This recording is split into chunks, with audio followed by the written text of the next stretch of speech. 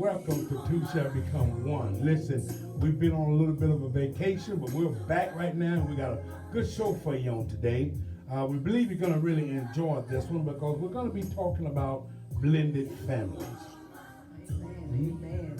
And we, again, like he said, we welcome you back. We're on a little vacation, but we're back now. And so, as we always say, we want you all to chime in. Yes. Give your comments, give your suggestions. And so, we're going to just get started today. And like he said, we're going to be talking about blended families. And our first subject is going to be ex-spouses. Ex-spouses. Boy. Ex-spouses. Ex-spouses. All right, If you have ex-spouses. I'm gonna let you kick this off by you being the woman. I'm gonna let you go first. Women Okay. go first. Go first, lady. Okay, I think when we first started, he made a point to let you all know that this is my third marriage. So I got Yes. two ex-spouses. Yes. Amen. I got two ex-spouses. Well, my first ex-spouse we didn't really have to deal with because my children by him are grown. My second ex-spouse, we have a son together, Right. a biological son together, and we get along pretty well. I think Ricky, Pastor, has met him a few times. Quite a few times. And yeah. they speak and they're cordial to each other. So in that area, we really didn't have a bunch of concerns with ex-spouses. No.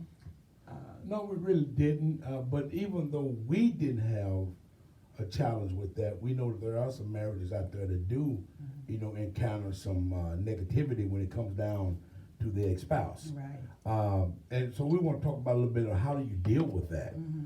How do you deal with the issue? I'm gonna be honest with you. It never have really been an issue, with us, because I'm in a mind frame to where, I can get along with pretty much anybody. And I suppose he was the same way because we get along great. We bump into each other every once in a while at the grocery store or whatever, and we'll stop and make sure we speak to one another. Right. So it's a good deal with that. But I know somebody out there has been challenged in that area. So I really don't know.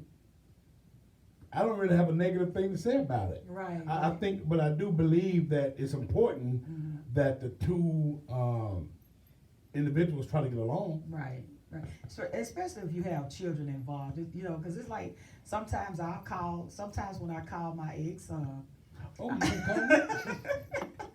he'll tell me, how's Ricky doing? Tell Ricky I said hello. Oh, you can call me. We See? do have a son together. It's in the Navy. Well, yeah, I Amen. know that. Right? I know you've been calling. Well, I'm going to talk What to y'all him. been talking about? TJ, my son. You talking about the son? That's Yeah, all you talking about is that's the all son. I'm talking about. Just as long as the conversation is limited to talking about the son, then we cool. Right, that's all we talking Okay, about. cool. All right, we're gonna leave it at that. That's all we talking about. But I can see, I can see ex-spouses, it depends on your attitude, your mentality about it. I think you have to have the attitude that is an ex-spouse. They do have a history together, especially if they have children together. Right. If they don't have children together, I really don't see any need for them to really be having any dealings with each other Right. if they're ex-spouses. But if they have children together, I can see the need to have a communication with them. Right. And I think that as the other spouse, we have to be understanding and understand that that we have children together. We're gonna communicate. Well, let me ask you something. Do you think it's possible that you can have have a marriage with someone who has an ex-spouse and really never have to ever deal with the ex-spouse, whether the child is grown or whether the child is young? Can you have that marriage with that child in that household without having to personally deal with the ex-spouse? I'm talking about the new spouse. I know you're gonna always have to have some kind of interactions with them because of the child that you have, but I'm talking about the spouse who comes into the picture. Okay.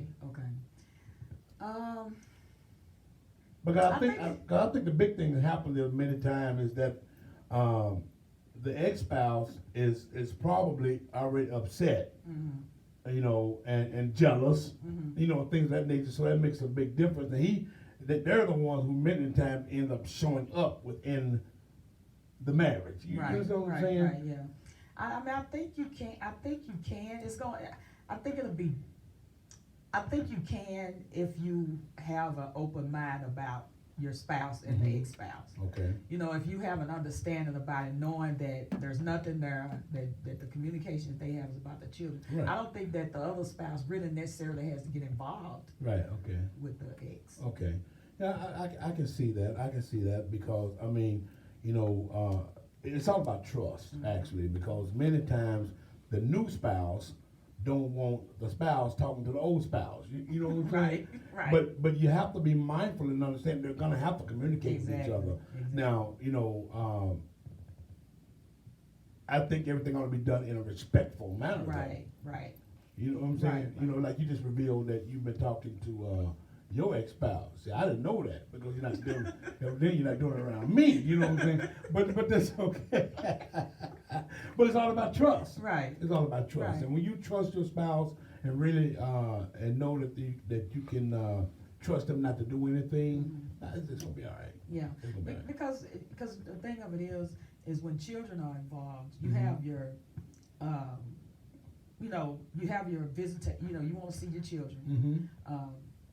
So the best thing to do, and it's sad to say that a lot of parents, particularly mothers, Mhm. would try to keep the father from seeing the children if they marry somebody else. Right. So you have to kind of keep an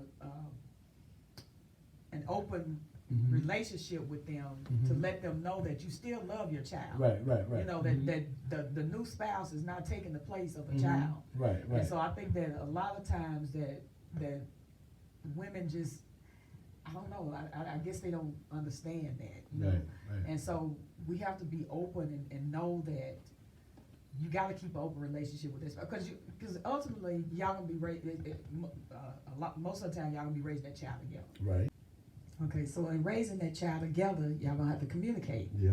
Okay, and y'all gonna have to sometimes even in a situation depending on how old the child is, you may have to go over there to pick the child up. Right. So again, trust is gonna be an issue. It's gonna have to be an issue Mhm. and something that y'all gonna have to deal with. Right. But I think, like you said, if you're open and honest with your spouse and your spouse has trust in you, then it shouldn't be that big of an issue. Mhm. But a lot of times, you know, women get jealous because Right. why you gotta go there and pick him up? Why she can't drop him off? You know, Right. and so it can cause confusion in the marriage. I So, think it all has. If everybody can remember that they have to do what's in the best interest of the child. right. You know what I'm saying? But you don't want the child to see the parents and the step parents, you know, kind of going at it. Mhm. You know, you don't want to see that Right. because that can have a very negative effect on that child. So we always have to be mindful that it's not just us. It's not just affecting the adults. Right. It also affects the children. Exactly. It also affects the children because, and it's sad to say that everybody don't think on the same level. Everybody don't think the same way about things. So you're gonna have some parents who is going to put negative things in the mind of that child Right. concerning the new Right. spouse. Right. It's sad to say, but people do that. Mhm. You know, they will do that. So how would you work through that issue? If you have the old spouse Mhm. putting negative things in the mind of the child. And of course, the child's gonna believe their biological parent. Right. And when they come to the house, it's gonna show. Mhm. It's gonna show through how they interact Right. with the new one. Right. Well, what you have to do is you have to continue to show that child love. You have to show the child something different. Right. You know, you can't, because if you start acting off of your emotions and showing that you were upset because of the way the child is acting, because of something the child, you know, it's something the child had heard. Right. And so what you have to do is you have to continue to be the loving person that you are. You know, you have to let them know that I love you in spite of. Yeah. You know, it's not easy. Mm-hmm. It's not easy. Right. But it can be done. Well, you know, I But believe you have to be the bigger person. I believe that saying that says actions speak louder than words. I really truly believe that. Even in our case, you know, when Joshua was a small boy, you know, and after things happened the way it did, he had him coming to live with us. You know, he came to me. No, that was way before that. That was way before he was still a little boy when this happened. He came to me one day, and he was crying, and he wanted to know why did his mom lie to him, Mm-hmm. because evidently she had been telling him some negative things about you, such as you don't love him, you don't care anything about him, and all this and that. But when he saw how your actions were towards him, he came to his own conclusion that, I've been hearing some false information. Right. And he came to me crying, wanting to know why that was. Why did he get that information? I had tried to struggle Right. to explain it to a 7, 8-year-old child, Right. About, how things were the way they were, you know what I'm saying? But he got through it because, like I said, the way you treated him, it shined over what he was hearing about you. So. Right. And I mean, I knew some negative things were being said because of the way he would act when he came around. He would be kind of defiant a little bit toward me. Right. But still, I knew that he was a child. And I couldn't treat him any different than I would my own child. Right. Because for one thing, he was a part of you, and another thing, like I said, he's a child, and I couldn't treat him any different than I did my children, Of because course. based on what a child is being told, how they react to you about certain things. Right. So I couldn't hold that against him. Right. And so I just loved him like he was my own. And now he calls me mama. Yeah, you do. You look at your as mom. Yeah. But I got another question for you though, because when you take two families and you blend them together, as one. Now you got to be mindful and understand that people run the households differently. So my question to you is, when it comes down to disciplinary actions towards a child, each parent live by a different set of rules. You may have one parent who really strongly believes in spanking as a disciplinary action, when the other parent may believe that time out and punish them by taking away their video games or whatever, since that's what they're doing in today's time, and take that away from them or cut off their allowance or whatever. How do you work that out within the marriage? When you're bringing in two people who had two different ways of thinking, and both of them bringing children into the mix, how do you deal with that? Well, I think, first of all, that it's something that needs to be discussed before the marriage happens. And I think that it's just gonna be a communication thing. Right. It's gonna be I know you're a strong hand discipline. You're a strong hand discipline. I believe in you that. believe in getting on. Yep. And I'm kind of like more, give them another chance. They're gonna be okay. And so, that have caused us to kind of see things differently. Right. But I think that it's just a communication thing. I think we have to just talk to each other and let each other know how we feel about it. Me personally, I never believed in spanking somebody else's child. Right. But that's just me personally. I think it's just something.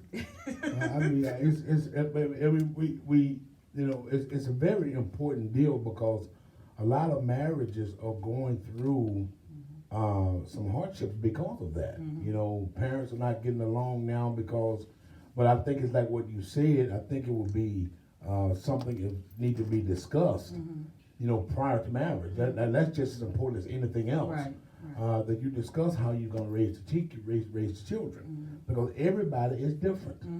Everybody is different. We're living in a day and time now, of course, the law has gotten involved with saying that you can't, discipline your children through that, and people make a big deal out of it. People call CPS on you at the drop of a hat if they hear something or see something that don't look right to them. Right. All right. And I'm not saying that they don't have a place, because a lot of children are being abused. But I think there's something I think it's totally different from being disciplined and being abused. Right. I really do. I think it's totally different. Now, from my standpoint, what I've been told, and this was by the law, was that you can discipline your children by spanking, just as long as you don't leave any visible marks, or you don't break any bones, or you don't cut the skin. That it's but people, if they see you grab a child too hard, they dialing Nah, CPS. yeah, You know what yeah. I'm saying? So, but my thing is that I just feel like as long as you discipline your children out of love, because even God chastises those whom He loves. So if we do wrong, God is going to chastise us. It's not abuse. Right. You know what I'm saying? He's just trying to get our attention and get our eyes open to see, hey, don't do that again. So I think it's the same way in the household. Yeah. You know, truly you can discipline your children without choking them and hitting them, not even with your hand, period. Right, You know what I'm saying? right. But you can do it. Yeah. It can be done. And my biological children may not agree with me on this, but I just hate. I mean, I guess any parent does hate spanking their children, Right. and I guess any parent,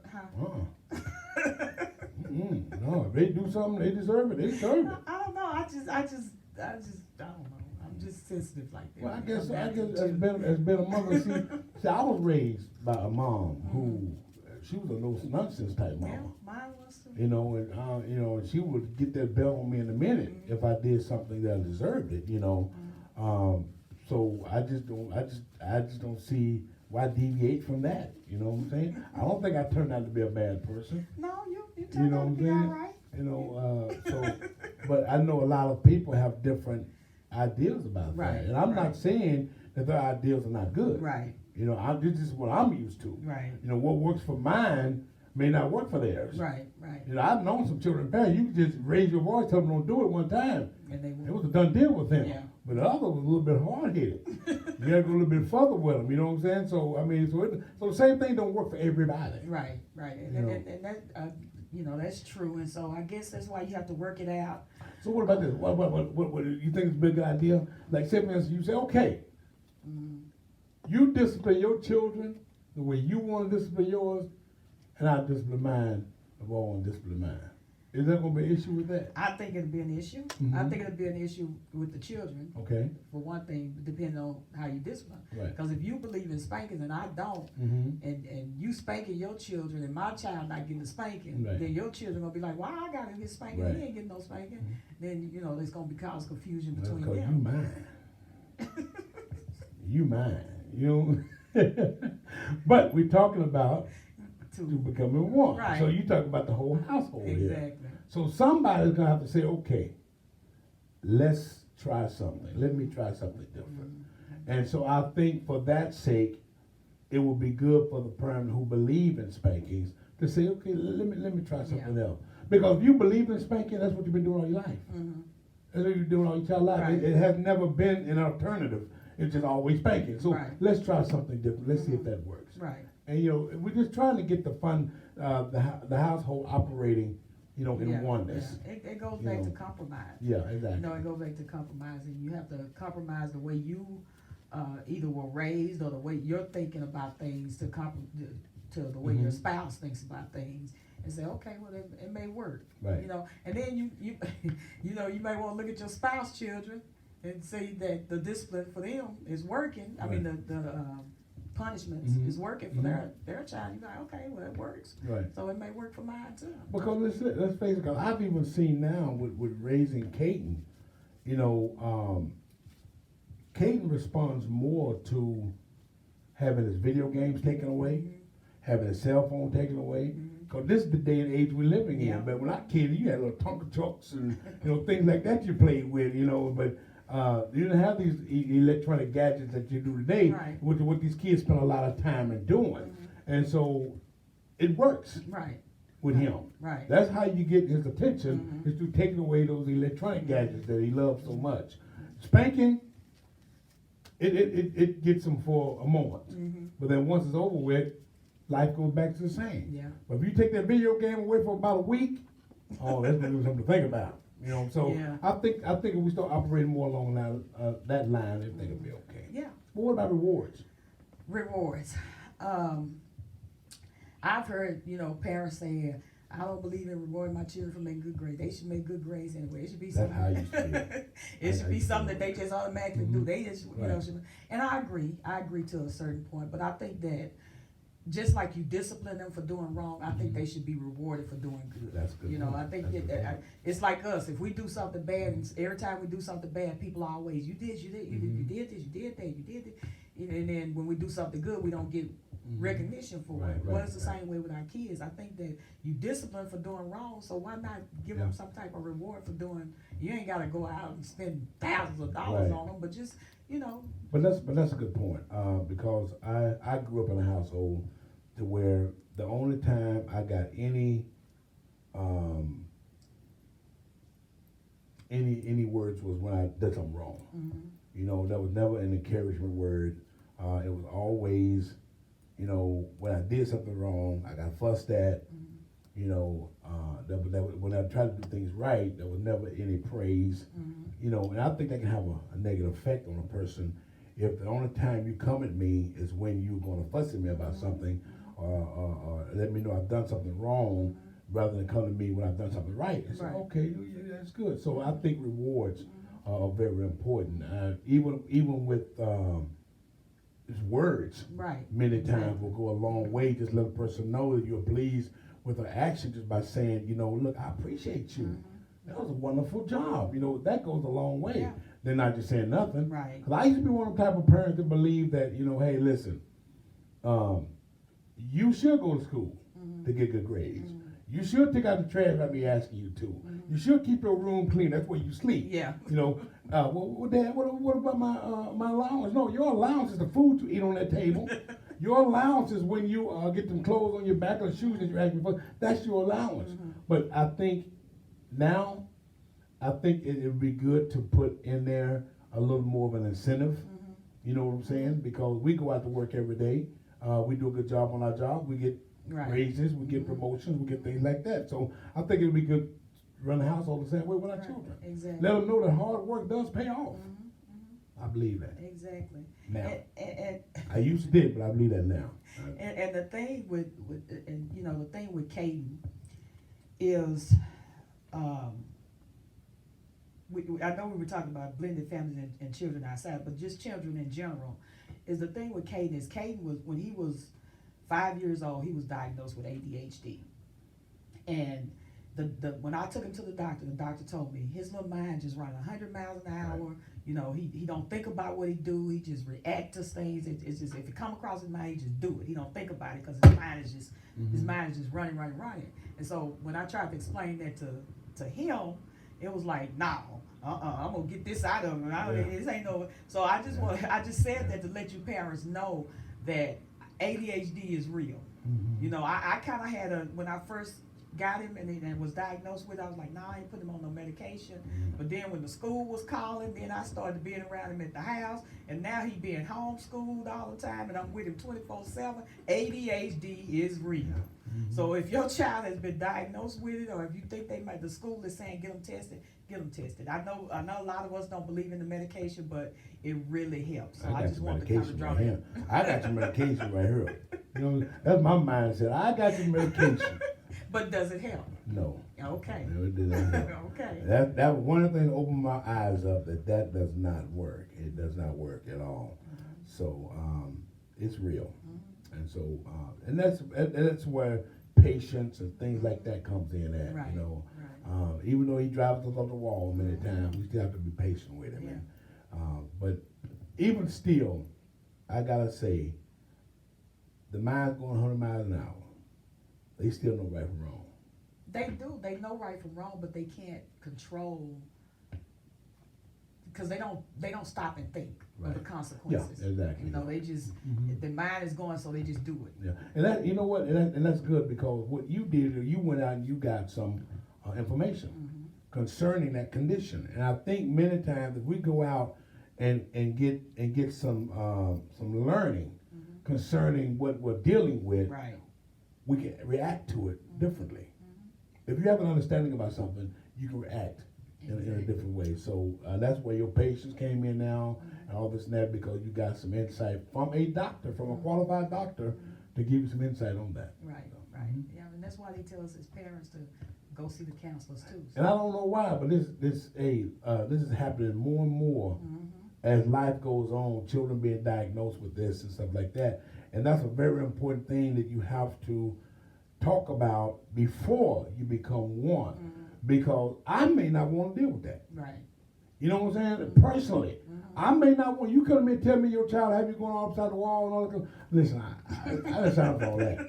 You know, give me the opportunity Right. to be able to say, you know what, I don't want to become one with you because you got a child that I can't handle, I can't deal with that. Right. No, and so that's why I think it's very important that you talk about these things, Right. you know, prior to becoming one. Communication is always a must. In everything that we do, we have to communicate and come to an agreement about how things are going to be done, and be real. Right. Be real. If I don't want to deal with that, I love you true enough, but I just don't know if that's something I'm willing to deal with. Right. Yeah, I got you. I mean, you have to, because you biologically connected. Right. You know, I'm just coming in to blend in, but and blending means it's gonna come together. You know what I'm saying? So if I don't want to deal with what you got going on, then I might want to stop and rethink coming one with you. But that's a good point, because when we got Caden, because Caden is adopted, Mm-hmm. and Caden is my biological great nephew. Mm-hmm. So he was already biologically connected to me, and so when we got him, I had to discuss that with you, and you were okay with it, but you saw from the time he was a baby that he was gonna be impatient, and so you was like, I don't know, Ron, we're gonna do this before we went through the final adoption process, but we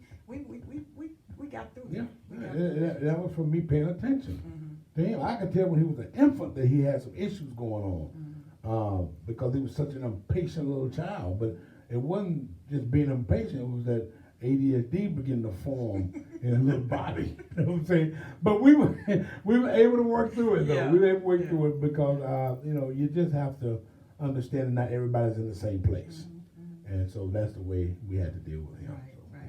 yeah. And we you know, like I said, our thing with our ex-spouses, and I mean, I could, like he said earlier, I kind of had some issues with his ex-spouse, but he hadn't had any issues with our ex-spouse. But if anybody out there have experienced that, give some insight, give some input on that. Now, we talked about ex-spouses and we talked about the children and stuff, but what about in-laws? I didn't get a chance to meet my biological in-laws, but I met the father that raised you, and I met your Biological father. yeah, I met your biological father, but I haven't really had a connection with him, like communication with him. And I met Sister Lisa, who is your stepmother.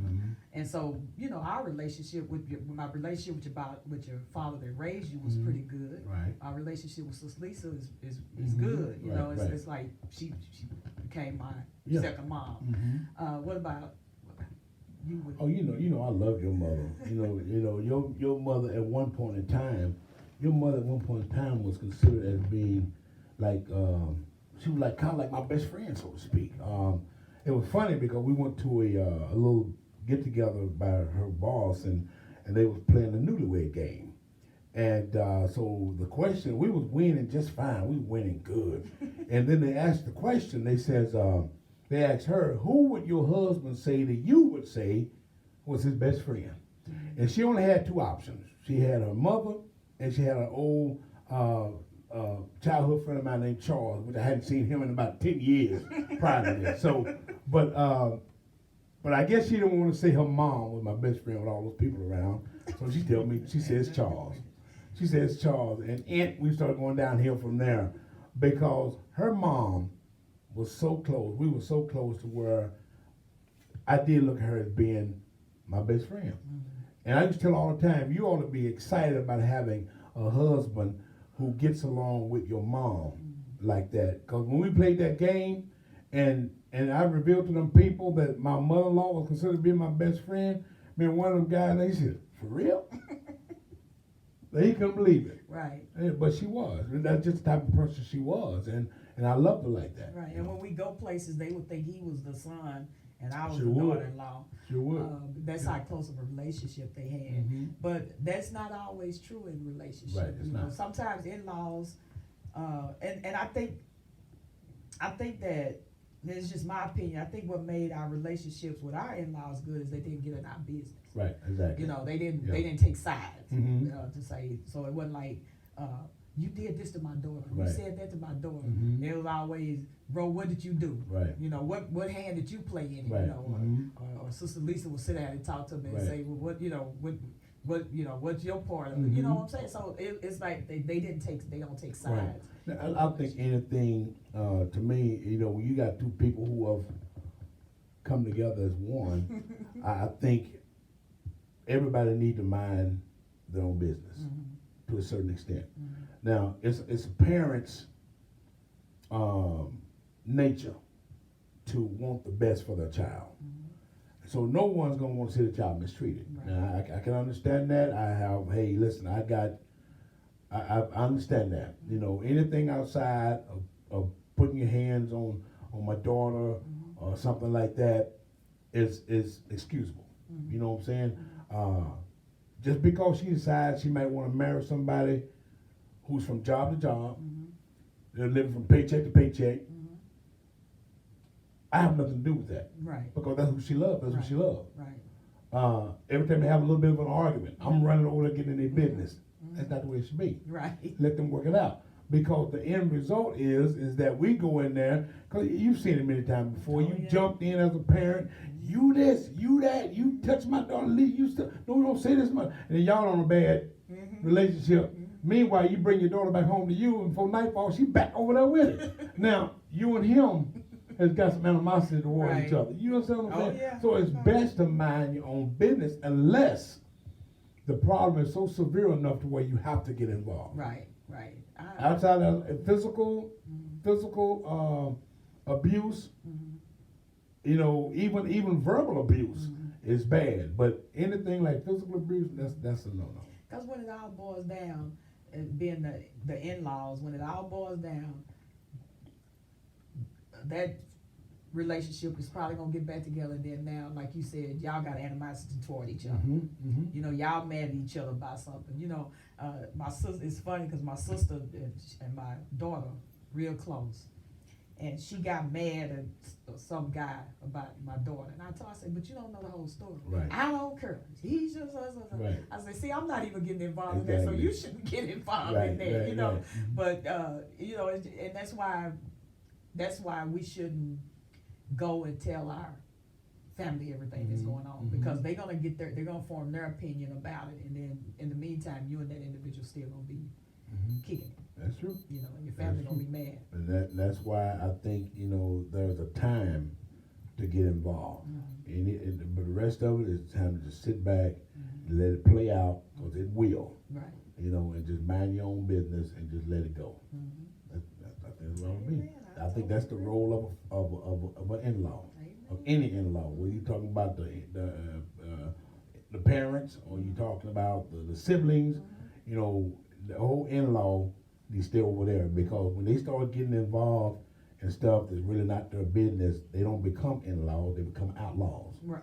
Right. You know what I'm Right. saying? And you don't want to have that type of relationship with people you have to deal with on a regular basis. Why? Because that puts your spouse right in the center of Right. it. Exactly. In the middle of Now she's gonna be feel torn between her family and her spouse. Right. You know, yeah, so you don't want to put them in that position. Right. But I want to tell you though, I believe my biological mother would have loved you. Do you? Oh yeah, I believe she would I have. believe I would have. I believe she would. Yeah, she would have loved you. Good. Okay. All right. Well, that's the show this evening. That is the show this evening. Yeah. So what we're going to be talking about next week? Next week we're going to be talking about finances. Ooh, Next week we're going to be talking about finances. Yeah, that's a good one. Because you know, many marriages end up in divorce court because of finances. Yeah. That's Yeah. one of them. Yes. That's one of the reasons. Oh Lord. And that's a big topic in a marriage when you're dealing with finances.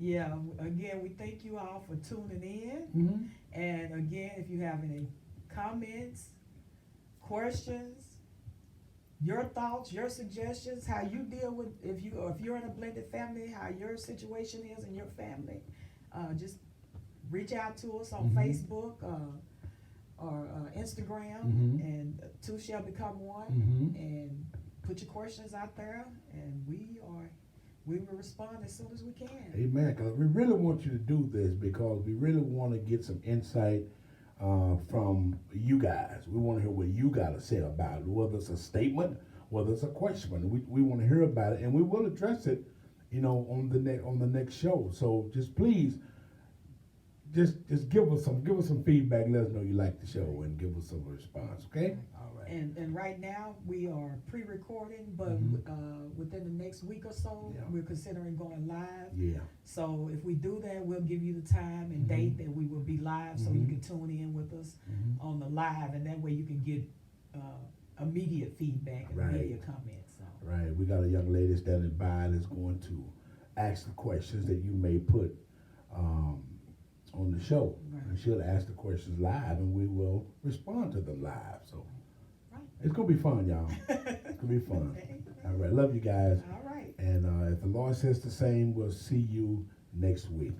God bless. Peace.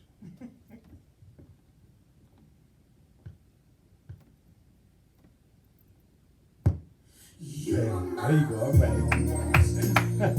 right.